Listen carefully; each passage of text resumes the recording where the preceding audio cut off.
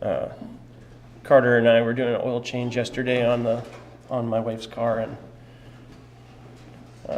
we were sitting by the car, and the neighbor boy comes every weekend to come play with Carter, and they don't come from a Christian family, and in the past, there's a bit of a past with this boy and our child, but I thought I'd use the opportunity to share the love of Jesus, the love of God with him, and to share the gospel, because the gospel has the power to change lives, and it's the simple message of the gospel that sometimes is overlooked. But I said, because I was first trying to just make some small talk, is asking him about school and public school and what it's like to, does he have good friends? And he says he got caught up with some bad friends in the earlier years of his young school days. But now he's kind of separated himself now to try to get out of the bad crowd. And I said, oh, that's very good. It's very honorable. And it's just making mention that even if you sin once, we're destined for hell. It doesn't matter how good of a person you are. Just one sin separates us from God forever, And I asked him if he had a Bible. He says he has two. He has 2 Bibles.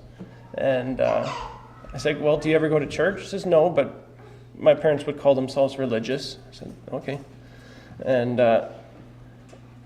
then he's like, I've been reading, and I've actually been reading about Jacob and Esau. And so I let Carter kind of explain the story. We were talking about Jacob and Esau for a bit there.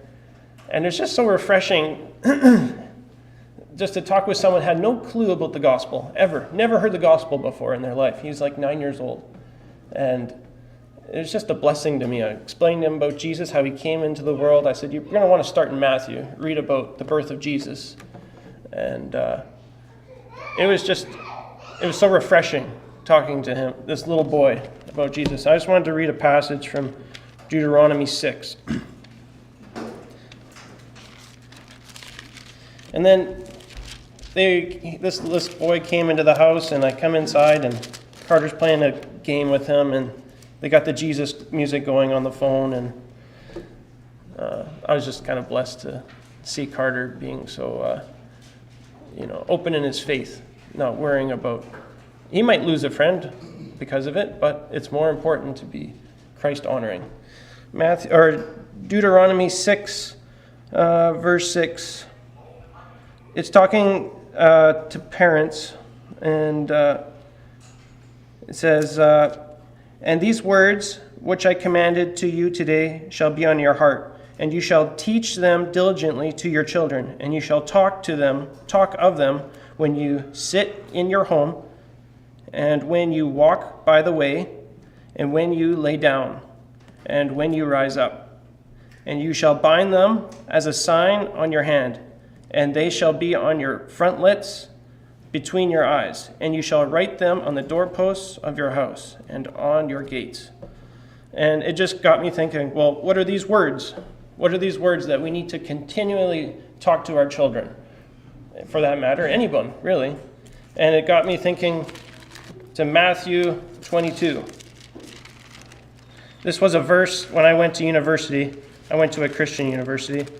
And this was a verse that was on our t-shirt, that our coach put on our t-shirt. It's in Matthew 22, verse 36, I believe. Should remember that. Matthew 22, verse 36. And teacher, which is the greatest commandment of the law? And Jesus said to them, you shall love the Lord your God with all your heart, with all your soul, and with all your mind. This is the first and greatest commandment, and the second is like it. You shall love your neighbor as yourself. And we shouldn't overlook these simple principles to keep teaching the children. And the gospel is the power which saves lives, and I felt that just so refreshing yesterday, and just wanted to share that.